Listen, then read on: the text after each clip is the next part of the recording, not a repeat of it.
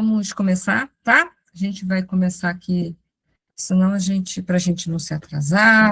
Boa noite, Eni, Leida. Boa noite a todos. Lorena. Boa noite. Boa noite. Boa noite a todos que chegaram agora. Gente, eu vou começar, tá? Noite. Boa noite, Marilza, a Márcia, chegou também, o Ed. Boa noite a todos que eu não estou vendo.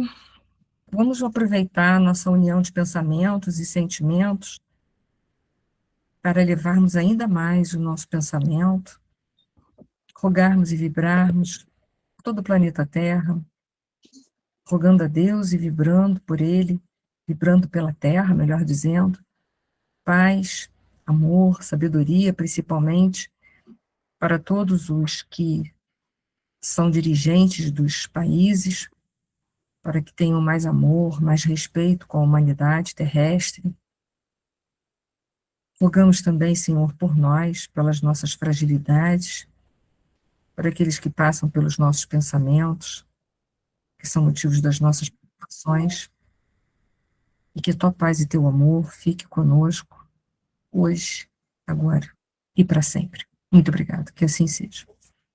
Que assim seja. Que assim seja.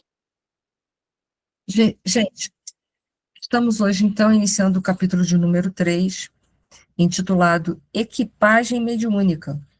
E aí a gente vai ver que nesse capítulo o André Luiz vai fazer a apresentação dos médiuns e vai falar um pouquinho sobre cada um deles, das suas faculdades em si, tá bom? Então vamos lá. Deixa eu só passar aqui os slides. Vamos lá. Muito bem. O André Luiz começa nesse capítulo, né, ele começa, na realidade, esse capítulo, falando sobre os integrantes da reunião, principalmente o Raul Silva, que é o dirigente da reunião mediúnica, o dirigente encarnado da reunião mediúnica, porque se nós temos um dirigente encarnado, nós temos um dirigente desencarnado também. Então, o Raul Silva,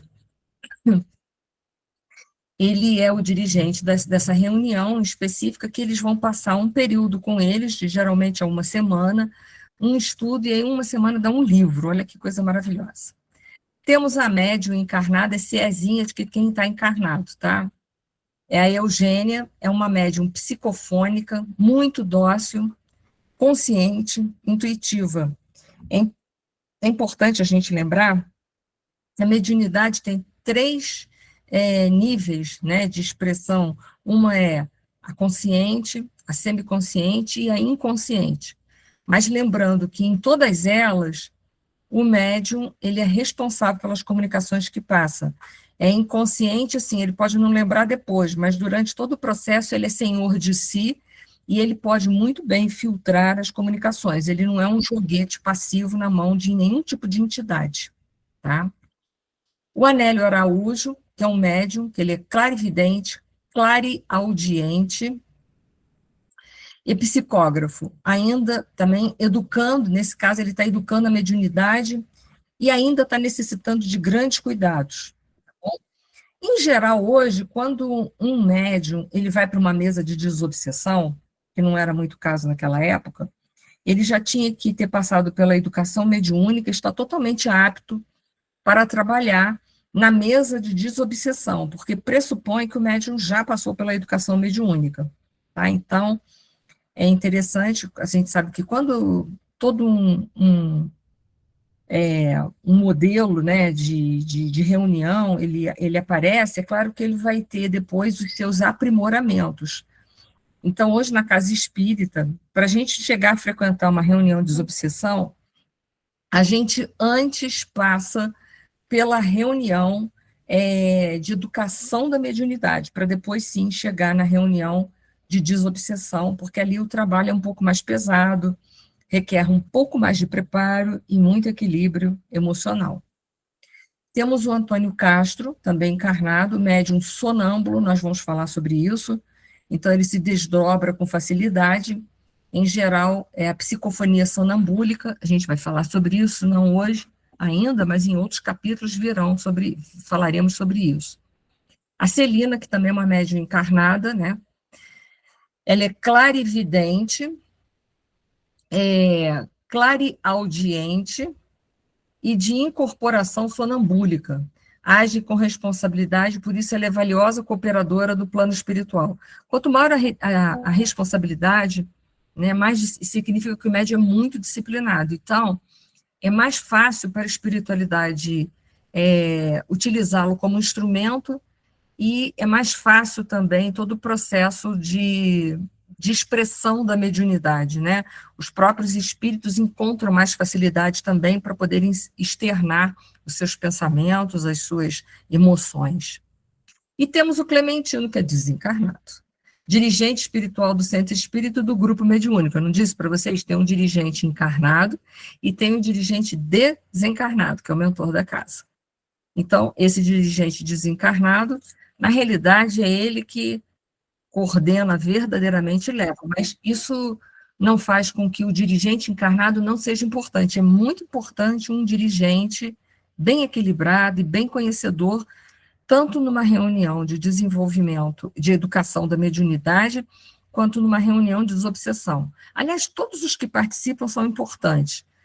Eu me recordo que uma vez, que eu trabalhei já na mesa de desobsessão, e nós tínhamos os médiuns que davam passe, né? Então, eles ficavam por detrás, eles faziam as suas preces, vibravam, faziam uma corrente de proteção ali, e eles achavam que a gente que incorporava era o mais importante. Eu falava para eles, não mesmo, porque é o suporte que eles dão, às vezes, enquanto a gente está, né, dentro do transe, é de suma importância para o médium de incorporação e também para o médium de psicografia. Então, todos os médiuns que trabalham numa reunião, eles são de suma importância, não tem um que é mais importante do que o outro, apesar de que possa parecer que o médium que psicografa ou o médium que dá a passividade, né, a incorporação, que é a psicofonia, parece que ele é o mais importante, mas não é verdade isso. Todos ali são de suma importância. Então, é para a gente às vezes acham que tem determinados trabalhos na casa que são superiores ao outro, isso não é bem assim. Tem gente que acha que é mais importante falar na tribuna do que distribuir o copinho de água fluídica. Eu não vejo isso. Você já pensou botar alguém para distribuir o copinho de água fluídica que está ardendo de raiva, de ódio, de mágoa? Quanta água vai ser distribuída nesse nível? Não, ou que vai dar trabalho para a espiritualidade para descontaminar isso. Então, assim, os trabalhos são todos importantes, a gente nunca deve se menosprezar. Porque eu só faço parte do acolhimento, só faz, não. O trabalho de acolhimento numa casa, que é aquele que nos recebe logo na entrada, é de suma importância. Então, todos os trabalhos são de suma importância. Eu não desqualifico nenhum tipo de trabalho na casa espírita. Todos eles têm o seu momento e todos eles têm a sua importância. Dito a apresentação, né, dos personagens aí, que a gente vai ver detalhes mais para frente no livro, vamos seguindo. Antônio Castro. Este é o nosso colaborador, Antônio Castro, moço bem intencionado, mas não basta só boa intenção, moço bem intencionado e senhor de valiosas possibilidades em nossas atividades de permuta. Ele é sonâmbulo. O sonambulismo ocorre em dos estados de emancipação da alma. O que é emancipação da alma? É quando o perispírito ele se afasta do corpo físico. Né? Então, por exemplo, no sono a gente se afasta do corpo físico. No sonambulismo também. Então, ele é sonâmbulo. A gente vai falar um pouquinho mais sobre sonambulismo. No entanto, é de uma passividade que nos requer grande vigilância. Desdobra-se com facilidade. Então, ele sai do corpo com facilidade, que bom. Levando a efeito preciosas tarefas de cooperação conosco, mas ainda necessita de maiores estudos e mais amplas experiências para expressar-se com segurança acerca das próprias observações. Ou seja, me parece que ele contamina um pouco as observações dele. Mas, com o tempo, ele vai aprender isso melhor.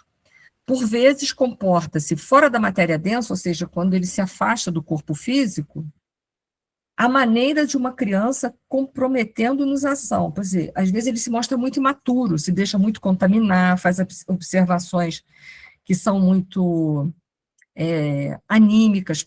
Provavelmente deve ser mais ou menos isso, né? Deixa eu ver onde eu estou.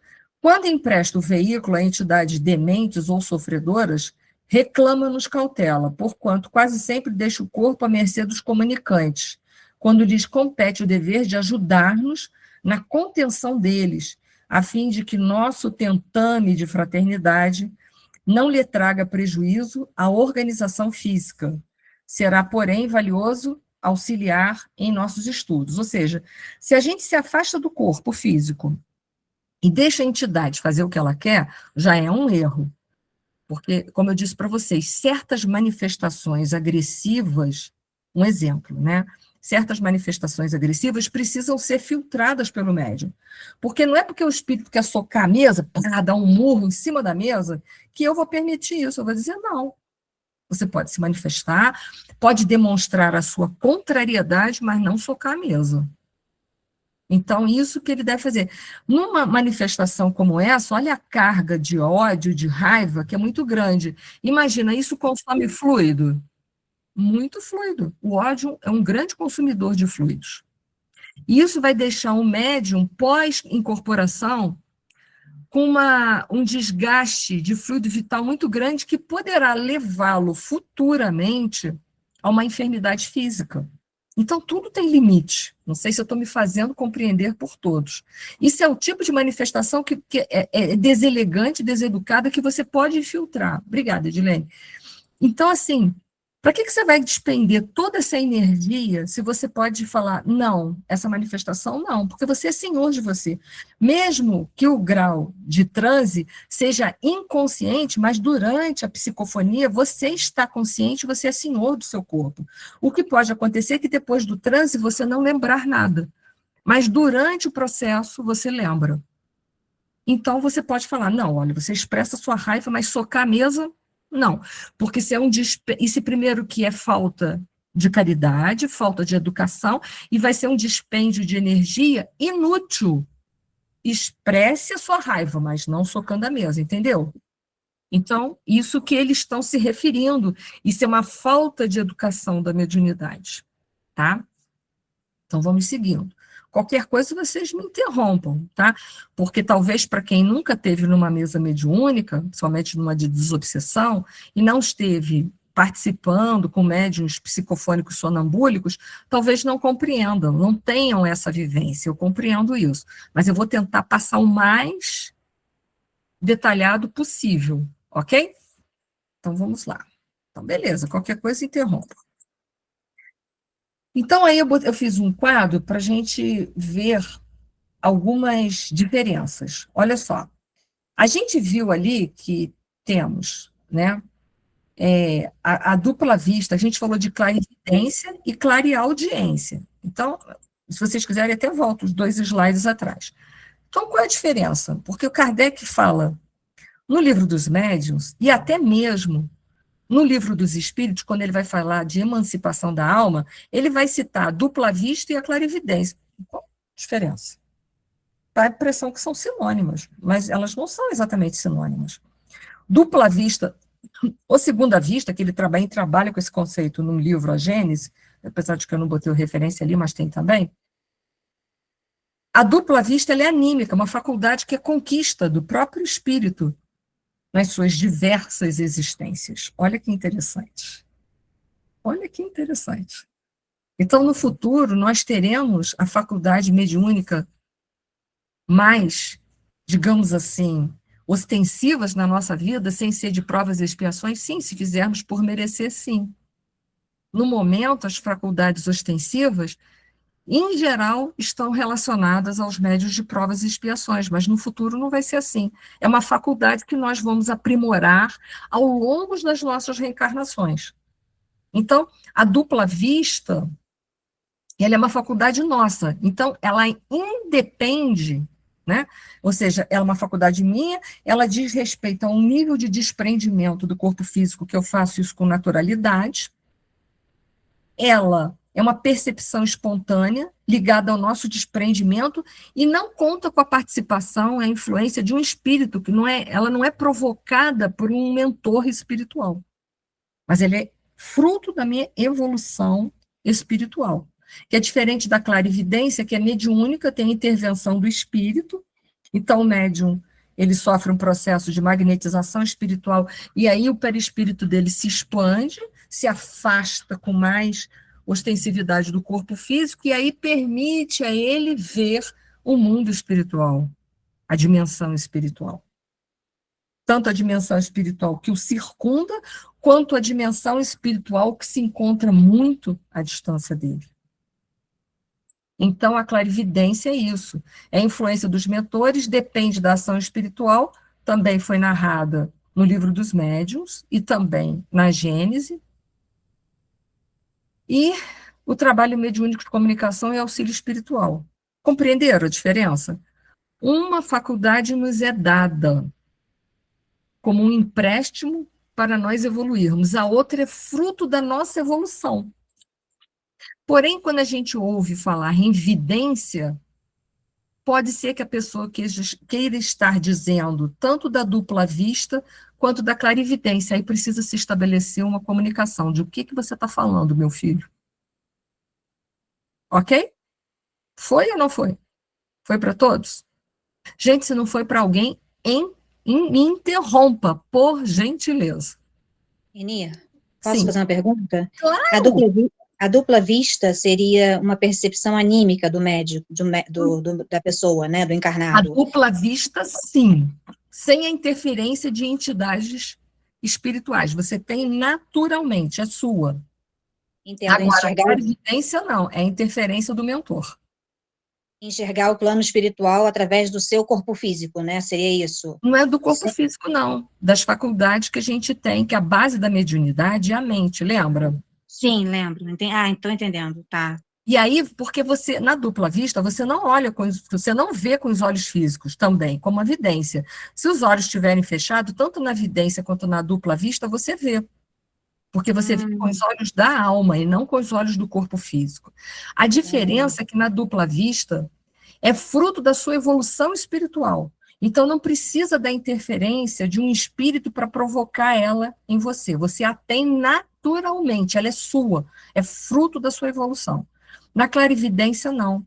É uma faculdade que foi lhe emprestada, por isso que nós chamamos de mediunidade de provas e expiações. Kardec não usa isso, mas na realidade ele quer dizer isso. Mas ela é fruto da intervenção magnética de um espírito, do mentor espiritual.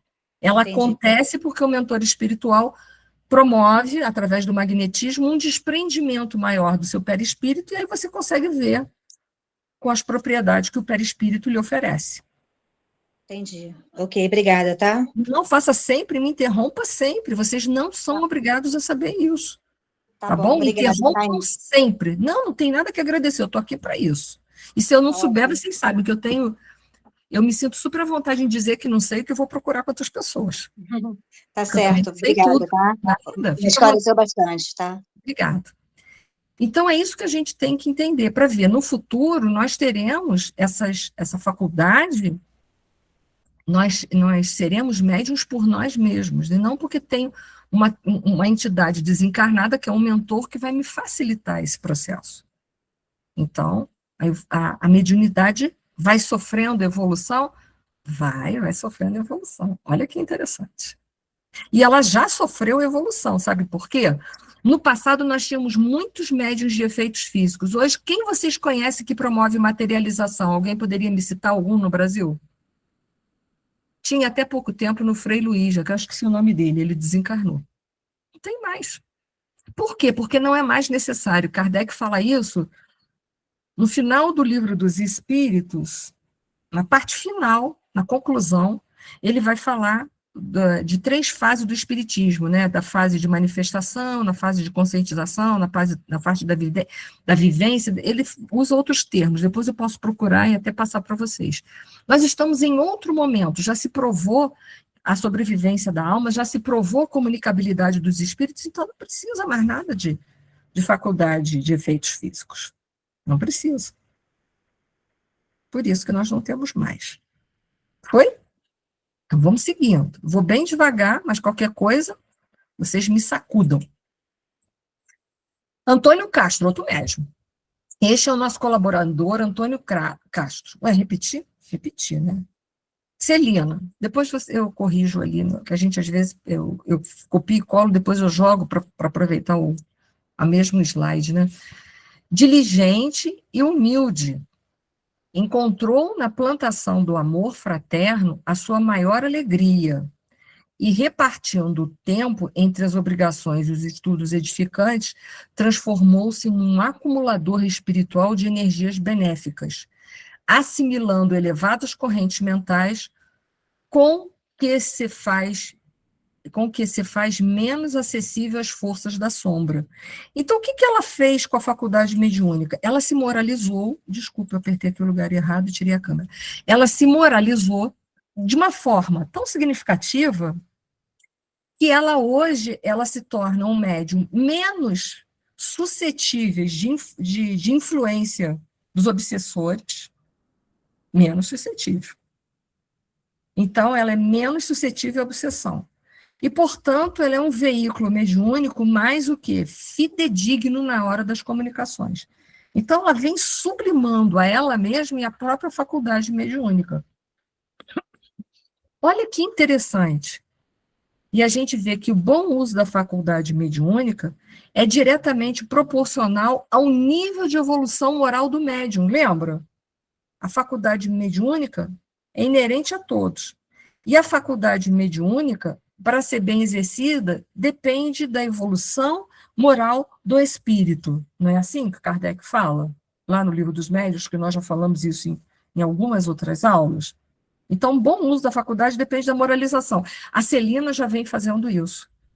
Então, ela se torna presa menor das sombras e ela consegue, com isso, fazer uma sintonia mais elevada com entidades superiores. Isso é ótimo, vocês não concordam? Porque ela pode servir de instrumento a espíritos muito elevados, até espíritos trevosos, sem se contaminar. Olha que coisa boa. Isso é um grande médium.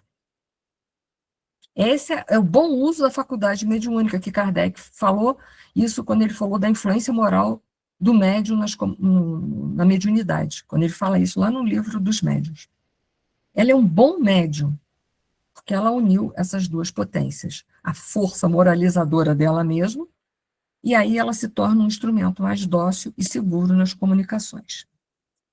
Então, vamos lá. Acumulador, né, porque ele colocou aqui, ó, onde está qual parágrafo? Assimilando elevados correntes mentais, não, um pouquinho antes, né? Quanto à vazão do amor fraterno, eu liguei, parecendo tempo de obrigações, com o estudo edificante, transformou-se num acumulador espiritual. Acumulador espiritual de energias benéficas. Lembra que a gente falou de correntes elétricas, de transformadores, etc. e tal? Refere-se ao médium que, pela conduta reta e pelo estudo edificante, atrai correntes mentais elevadas e se torna menos vulnerável às influências negativas. Então, ele é um acumulador de energias espirituais altamente elevadas, né? Então, um médium mais dócil. Como se tornar um acumulador de energias benéficas? Talvez vocês estejam se perguntando aí, quem tem mediunidade ostensiva. Disciplina mental, lembra o que Emmanuel falava? Disciplina. Cultivar pensamentos positivos e vigilância interior. Tem gente que acha que cultivar pensamento positivo é o dia inteiro ficar repetindo frases, mantras. Eu estou bem, eu estou bem, eu estou bem. Você está bem mesmo? É a pergunta. Ou você está só repetindo que você está bem?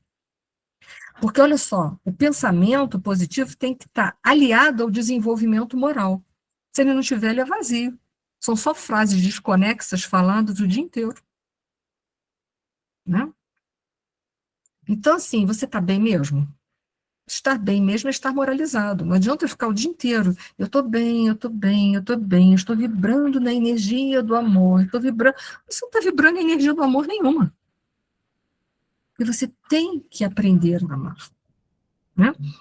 Estudo edificante. Entender que o estudo é importante para você entender o que está se passando. Mas moralizar-se é tão importante quanto. Tanto que para a gente alçar o voo, a gente precisa de duas asas. Uma da sabedoria e outra do amor. Uma é da intelectualidade e a outra da moralização. Não é assim que está lá no Evangelho? Então, fortalecer a mente com conhecimento espiritual é bom. mas não pode esquecer de moralizar-se.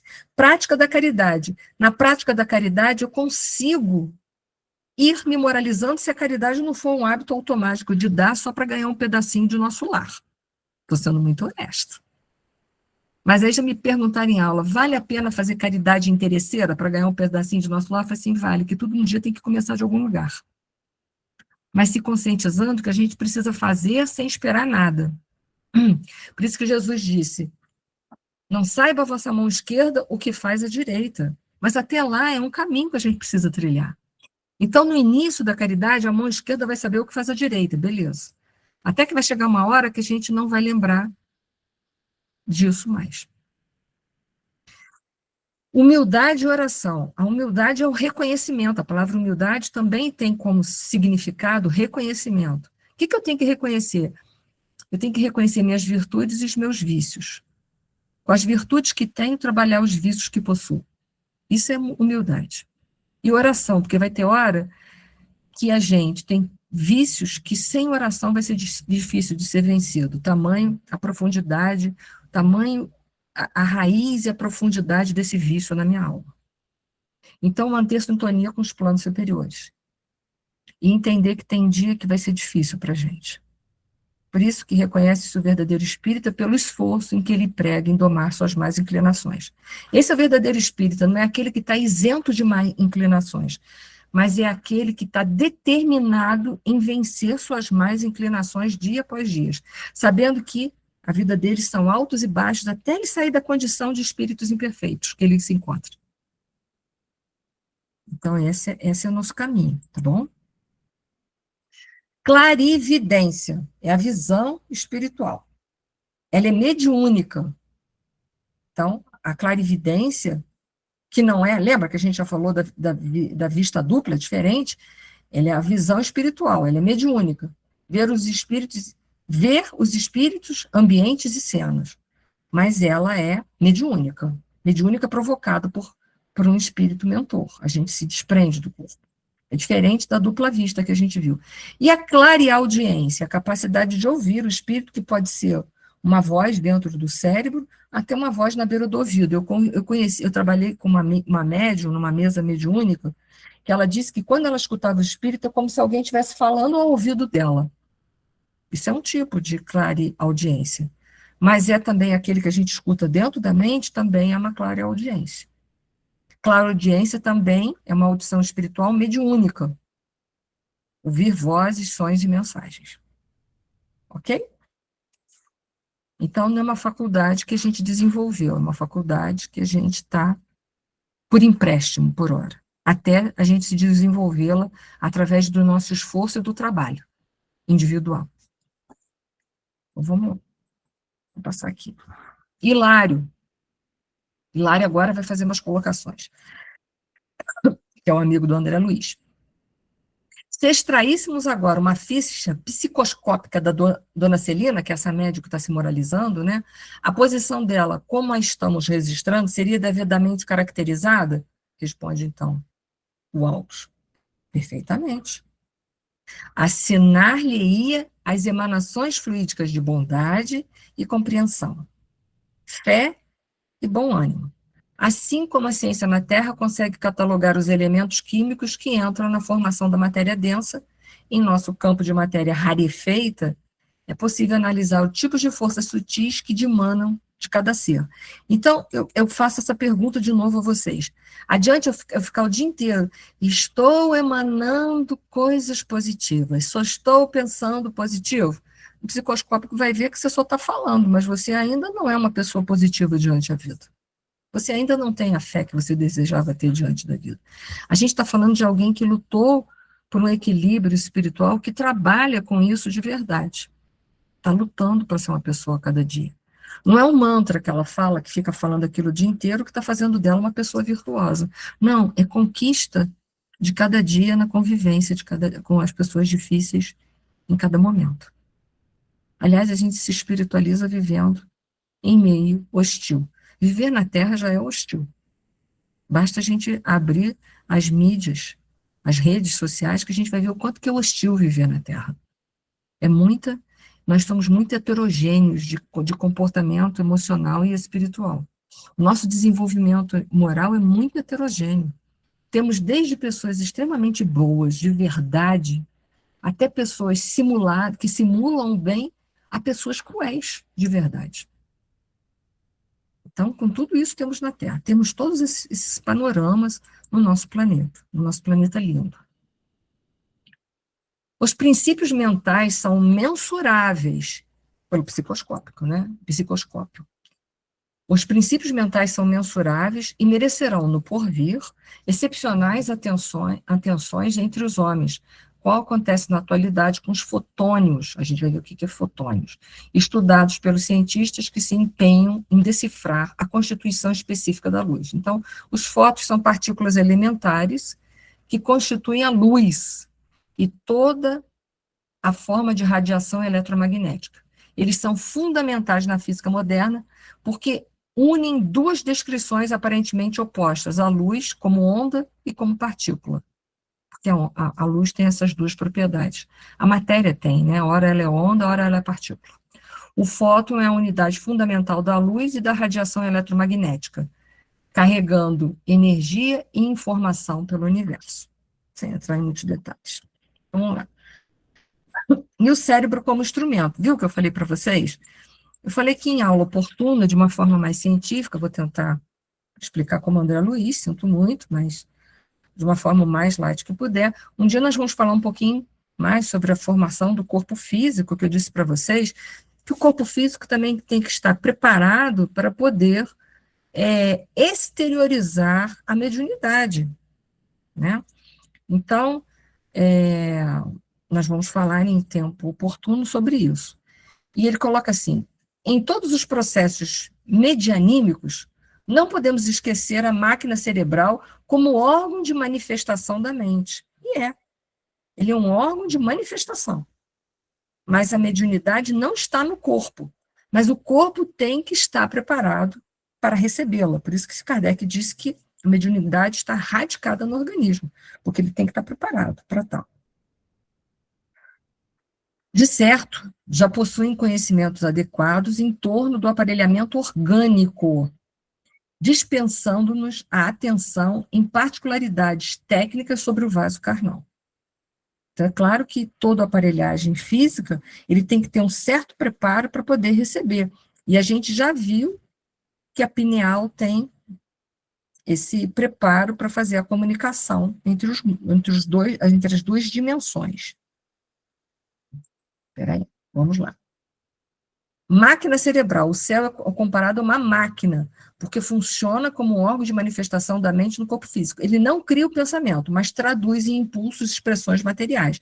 Ou seja, para nós, que somos espíritos, vale a pena repetir isso. O cérebro, ele é só um instrumento.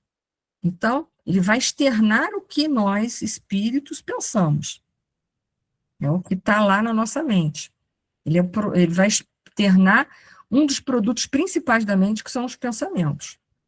Porém, ele não produz pensamentos. A mente e corpo, né? A mente é o espírito, é a fonte das ideias, emoções e percepções. A mente é uma das dimensões do espírito, né? O cérebro é o vaso carnal que permite que essas manifestações se expressem no corpo físico.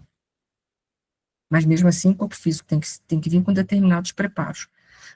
Processos da mediunidade. Em qualquer fenômeno mediúnico, clarividência, clareaudiência, psicografia, etc., o médium precisa do cérebro como instrumento para transmitir o que recebe do plano espiritual. O instrumento tem que estar preparado. Tá? Então, vamos lá. Centralizando a atenção através da pequenina lente que Aulus nos estendeu, o cérebro da nossa amiga pareceu-nos poderosa estação radiofônica, reunindo milhares de antenas e condutos, resistências e ligações de tamanho microscópio, à disposição das células especializadas em serviços diversos, a funcionarem como detectores estimulantes, transformadores e ampliadores das sensações e das ideias, cuja vibração fulguravam aí dentro dos raios incessantes, iluminando um firmamento minúsculo. Então, vamos lá. Numa estação radiofônica, nós temos o transmissor. Nesse caso, é o espírito que quer se comunicar. O espírito encarnado ou desencarnado, também pode ser, né? Emite pensamentos e vibrações mentais. A gente falou na outra aula sobre correntes mentais, mas até para a gente ter uma estação radiofônica, a gente tem que ter, né, uma corrente de eletricidade. Então, ele emite pensamentos e vibrações mentais, como uma estação que transmite ondas de rádio. Então, ele emite os pensamentos que vão ser captados por onde? Esses pensamentos vão se propagar através de ondas, né? O que são isso, né? Imagina que são ondas. Se eu jogar uma pedra num lago, não vai formar ondas? Então, é como se o meu pensamento fosse essa pedra que cai no lago, forma-se ondas, e essas ondas vão ser captadas aonde? Essas ondas vão promover correntes mentais que vão ser captadas pela mente de quem? Pela mente do médium. Então, a mente do espírito promove correntes mentais, promove essas ondas mentais. Ok, Marlene. E a mente do médium vai captar essas ondas mentais para poder fazer o quê? Externar elas. Então, as ondas, as correntes mentais, essas emissões se propagam em forma de energia sutil, semelhante às ondas eletromagnéticas que levam sinal de rádio. E o receptor? O receptor é a primeira ali, só coloquei o produto final, né? É a mente do médium, que vai captar essa onda, e vai transmitir essa onda também para o cérebro físico, lembra? O cérebro do médium funciona como um aparelho receptor também. Ele é um outro aparelho receptor, porque no meio do caminho está quem? O perispírito capta a onda o médium, capta com sua mente, ele capta a informação do espírito e envia através do perispírito por ondas que vão chegar no cérebro da gente através de que porta? Da pineal, que a gente viu na outra aula, que vai converter essa onda, né, que ela vem em forma de energia eletromagnética em neuroquímica, que a gente viu em outra aula. E aí o cérebro, então, do médium funciona como aparelho receptor, como se fosse né, o nosso radinho lá de casa. Nosso radinho que está captando a rádio que a gente está ouvindo, no caso, a rádio espírita, né, que a gente escuta. Ele vai captar aquela onda, nosso radinho é quem? É nosso corpo. Então, o nosso corpo é como se fosse um rádio. Quem é a estação transmissora? O médium. Está transmitindo uma comunicação, que vai ser captada agora, estou simplificando, né? Vai ser captada pelo meu corpo físico, que vai transmitir. Eu sou um rádio, o rádio que a gente tem lá em casa, que liga. Ok? Então, o receptor é o cérebro, o aparelho receptor captando e traduzindo essas ondas em percepções conscientes. Na visão, se for para a gente ver, né, dizer, estou vendo aqui um espírito assim, assim, assado, ou na audição tem um espírito me contando tal coisa, ou na psicografia que eu estou escrevendo, ou na psicofonia que eu estou externando. O que o espírito quer falar para todos nós. Então, para ter entre uma coisa e outra, tem que ter sintonia. Espera aí, só um minutinho que tem alguma coisa aqui no chat que eu vou precisar olhar. A Agnes está falando assim, acho que uma boa comparação seria de um tradutor simultâneo. Poderia, o rádio é um tradutor simultâneo daquilo que está passando lá na emissora, né? O espírito transmite ideias, imagens ou sentimentos, e o médium capta isso e usa o próprio cérebro para organizar e transformar em palavras, né? Assim como um tradutor precisa conhecer o idioma e estudar para ser fiel à mensagem. O médium também depende do seu repertório intelectual, sim, emocional e moral para transmitir com clareza. A mensagem não chega pronta, ele passa pela estrutura do médium. É verdade. Mas aí eu vou colocar uma coisa, então, para a gente aqui compreender. Quando o espírito passa uma comunicação, vamos supor que eu seja médium, tá? Vou me colocar agora como médium. Ele vai passar a comunicação, por exemplo, num dialeto, numa língua muito antiga. Ele vai me mandar essa informação. Se eu tiver lá nos meus arquivos, em alguma das minhas vidas, eu conhecia aquele dialeto, eu sabia falar aquele dialeto, a emissão dessa informação vai ser muito mais fácil. Agora, imagina se eu não conheço esse dialeto. Vai ser muito mais difícil para eu, médium, fazer toda essa transformação e chegar até o corpo físico. Só quero deixar isso daí registrado. Então, assim, toda comunicação passa pela nossa mente. E a nossa bagagem de outras vidas e dessa vida vai ajudar que a transmissão aqui, no nosso plano material, seja mais fácil ou mais difícil de se chegar. Como eu disse, se ele me passa a comunicação num dialeto antigo, eu não, em outras vidas, nunca tive contato com esse dialeto, ela pode até chegar pela minha flexibilidade mediúnica, mas vai ser mais difícil atravessar isso. Vai ser mais difícil. Só quero deixar claro isso. Então, essa tradução simultânea se faz melhor se eu souber falar a língua, mas imagina se eu não souber, né? É isso aí. Vamos lá. Mas está ótimo, a tua comparação está digna, tá, Agnes? Está certo. Mas eu só dei essa parte aqui só para a gente lembrar que a gente vai ser mais fácil o médium passar a comunicação, quanto mais conhecimentos ele tem, muito mais fácil, tá? Por isso a importância também da gente estudar sempre, ter conhecimento, ter bagagem em todos os sentidos, tá? Então, a estação radiofônica, né, que é a antena, é o espírito. E nós somos esse aparelhinho, nós somos o rádio. Estação radiofônica é o espírito emissor, como se ele fosse uma torre que está emitindo essas ondas. E, em última instância, né, ali vai estar envolvido a mente do médium, e o corpo do médium, que é esse aparelhinho aqui, que é esse radinho, que imagina, se a sintonia, né, para se fazer, por exemplo, se esse espírito comunicando, vou dar só um exemplo tosco, né, se esse espírito que está passando, tentando passar a sua comunicação, tiver na frequência do FM, e o meu radinho for AM, ele vai captar? Não vai captar. Estou dando um exemplo para vocês, né? Por isso a importância do nosso estudo, a importância da nossa bagagem espiritual, a importância da disciplina, a importância da moralização para a gente ser instrumento mais flexível, que é o caso da Celina. Então, vamos lá. Então, as ondas mentais representadas pelas linhas verdes, faz conta que isso aqui é linha verde, tá? Mas é um verdinho claro. Simbolizam a corrente de energia que se propaga no espaço espiritual. Porque a mente é matéria sutil. Então, quando a gente emite o pensamento, ela sai em forma de vibração. Ela vai chegar na minha mente, na mente do médium também, vai passar pelo meu filtro, né? Porque eu tenho que ter bagagem, e eu vou externar isso através do perispírito, que é o meio por onde essa onda vai ser propagada de novo, e vai chegar no meu corpo, que é o aparelhinho de rádio. Mas o meu rádio tem que estar bem preparado. Eu tenho que ter um radinho preparado. Por isso que eu falei que o rádio, ele tem que ser preparado também. O médium, para exercer as suas funções, ele tem que ter um rádio preparado. O corpo tem que estar preparado. Mas o médium também tem que estar preparado para essa comunicação. Mas o corpo tem que estar. Ok? Não se fabrica a mediunidade em si. Receptor, o cérebro do médium funciona como um rádio, olha lá, captando e traduzindo essas ondas em percepções conscientes.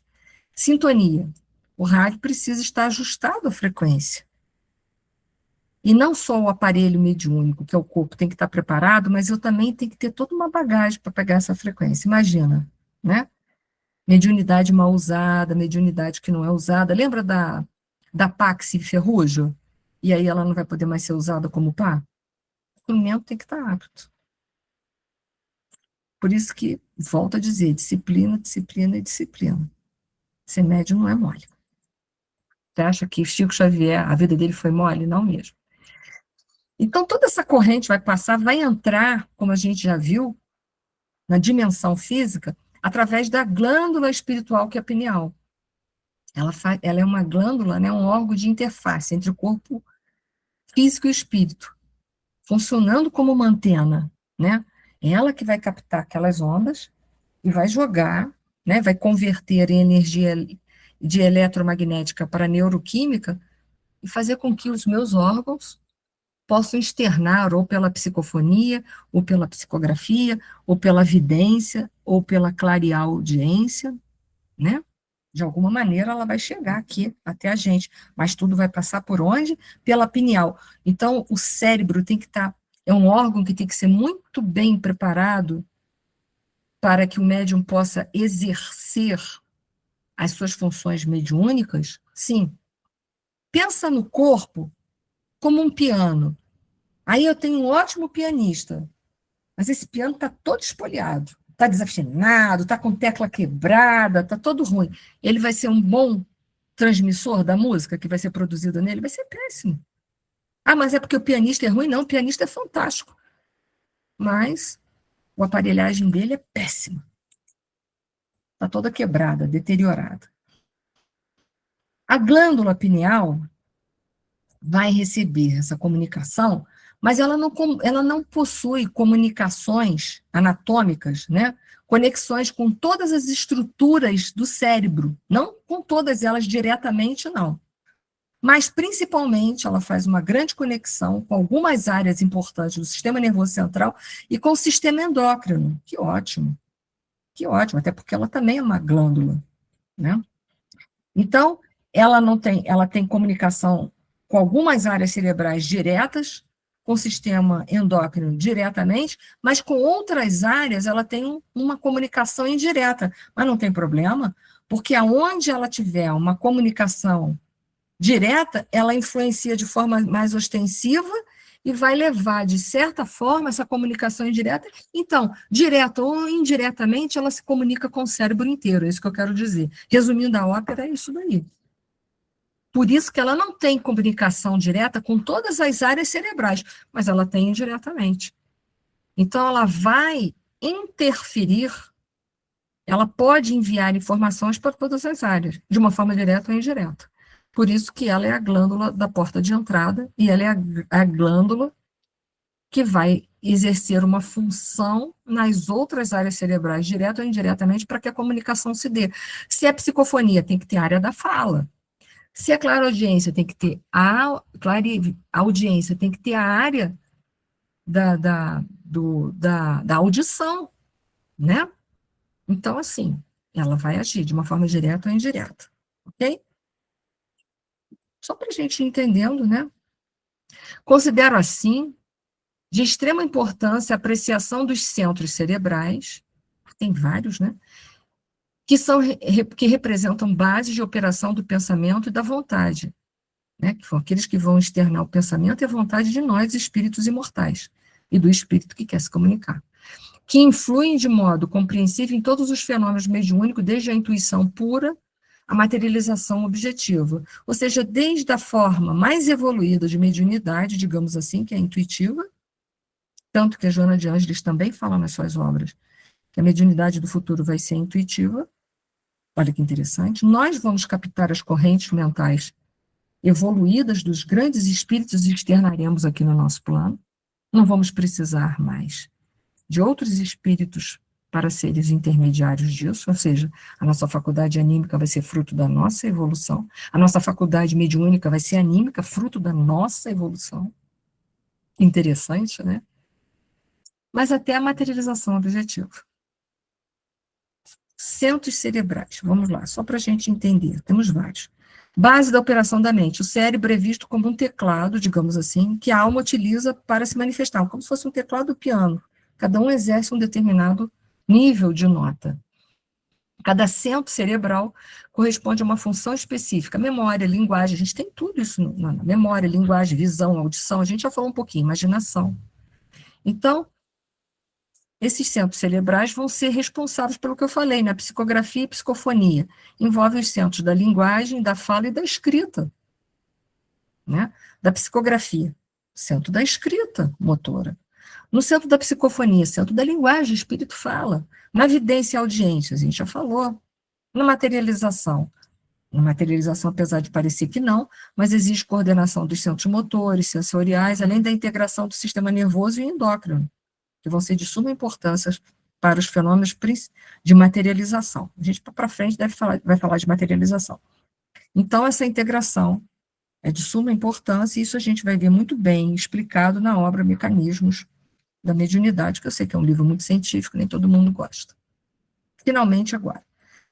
Mas interpôs Hilário judicioso. Diante de um campo cerebral tão iluminado, quanto que é o caso da Celina, né, será lícito aceitar a possibilidade de invasão dele por parte de inteligências menos evolvidas?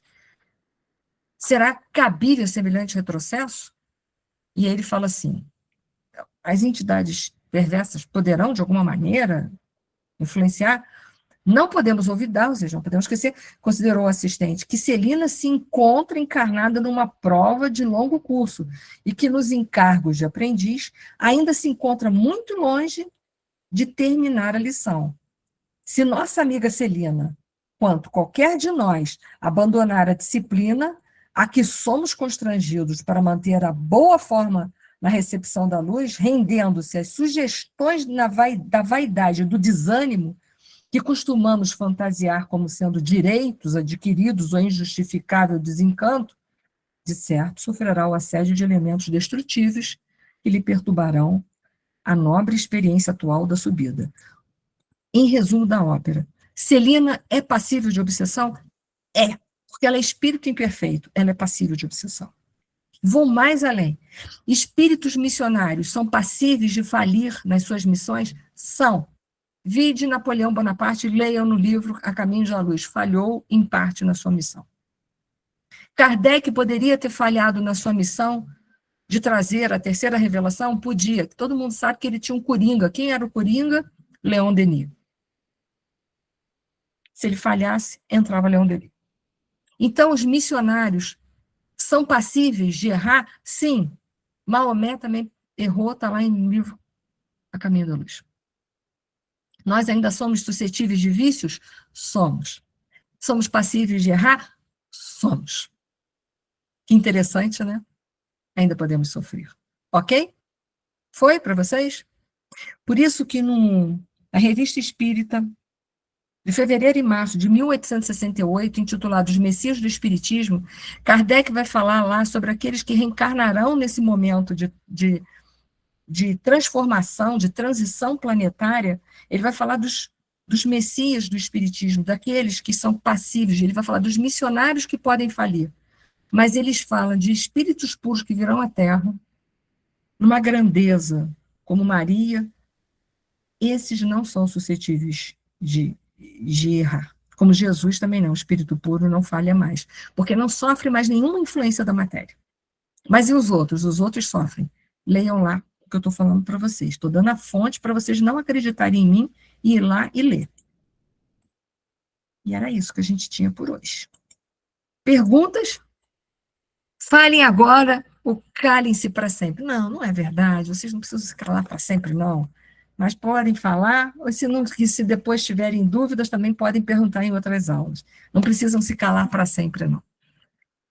Mas essa era a mensagem dessa noite. Pode falar, Agnes. Você quer falar ou sem querer?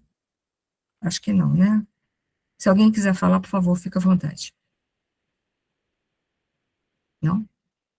Se ninguém vai falar, eu vou terminar, tá? Terminamos a nossa aula de hoje. Caso tenham alguma dúvida do que foi falado hoje, é só vocês anotarem e me trazer numa próxima aula, porque eu ainda respondo. Fica tranquilo, tá? Se não, Valeu. que a paz de nosso Senhor Jesus Cristo, que é o nosso divino mestre, nosso modelo e guia, possa permanecer permeando nossa vida hoje, agora e para sempre. Muito obrigada, gente. Beijo no coração. Boa noite.